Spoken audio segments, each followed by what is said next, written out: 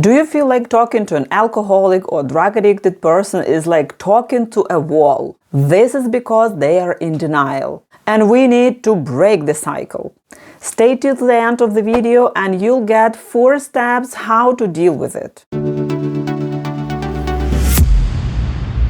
Hello, brave hearts! If you are here, it means that you are someone who cares about the addicted ones in denial. If you're trying to help someone who refuses they need help, this video is for you. Let's explore how to approach this with compassion and patience. I'm Svetlana Rudovska and I specialize in helping families navigate addiction in their lives. With years of experience, I empower family members not to only understand addiction, but also to take right actions to support their loved ones without losing themselves. Let's dive into this together.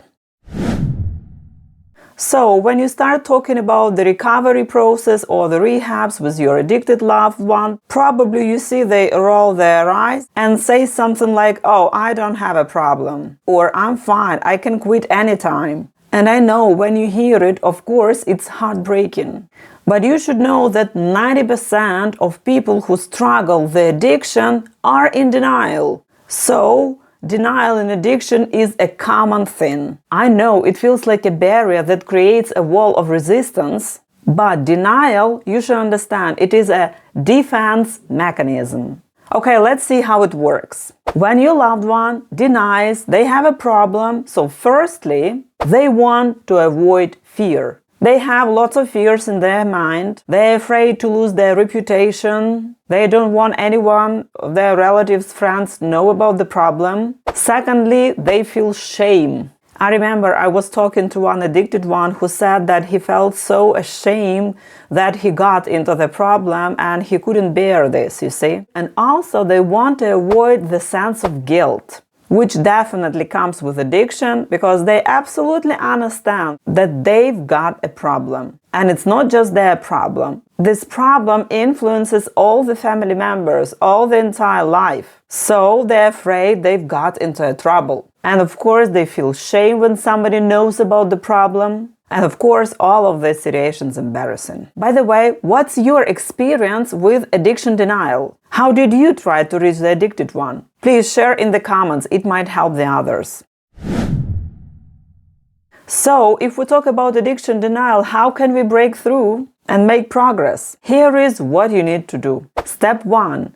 Firstly, you should acknowledge their denial. You should understand that they try to defend themselves, but don't find the denial. The defense mechanism is natural, so avoid saying that, "Oh, you are in denial," or something like that. It will only increase their resistance. Try not to argue or confront them. It will make things worse. Step 2.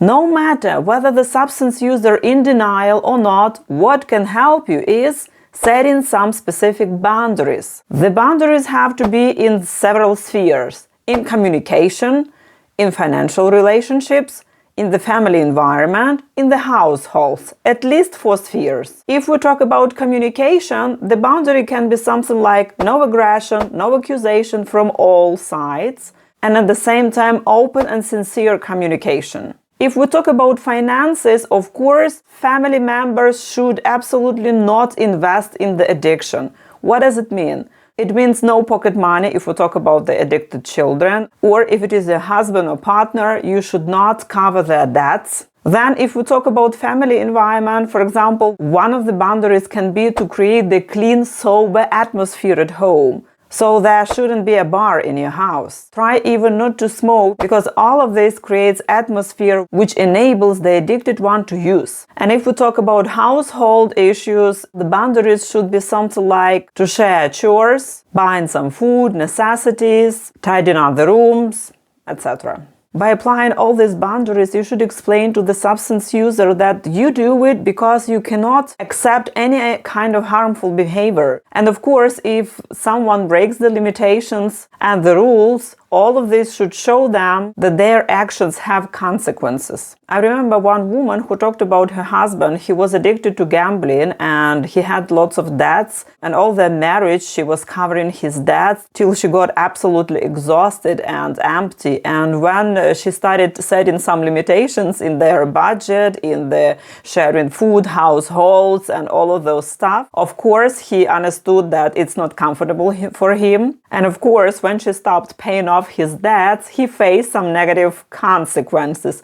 Some people he borrowed money from started pushing on him, and he quickly understood that he's in trouble. She even couldn't imagine that by setting some limitations and rules, she can get free. She can get free from her own trap. But when he faced the consequences, when he realized what the pressure she felt, firstly what he said, "Oh, I think it's dangerous not to pay off." So boundaries work absolutely fine. Step 3. Instead of demanding a rehab or any other way to quit using, suggest that you can search the options together. Let them know that you are trying to help and the issue of the addiction must be resolved. Talk to them that you need to allocate some specific time and place and look for the options and take the situation seriously. And step 4. Don't expect quick results. Breaking through the denial is a process. Sometimes you'll see like your addicted loved one can agree to the rehab, but next day could be a setback. So be proactive and be a bit persistent. And don't think that recovery is not for your addicted loved one. Anyone can get from it. And the biggest motivation is to talk them that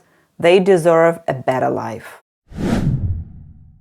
So the most important takeaway here is that denial is not forever, but your approach can really make the difference. I personally know a guy who has been in denial for many years, and when his sister reached our program and she started setting some boundaries, she started motivating him, she started talking that you deserve a better life. I know you can have a better destiny than just spending time with friends drinking alcohol or so. Of course, firstly, he didn't understand it, he didn't believe it, but when the boundaries and all the systems started working, just in 3 months, he asked for rehab. And 2 months later, he started a recovery course. Remember, this journey isn't easy for family members, but it's worth it. Hit like and share the video with those ones who need it. Subscribe for more tips on how to navigate addiction challenges with your loved ones. See you there.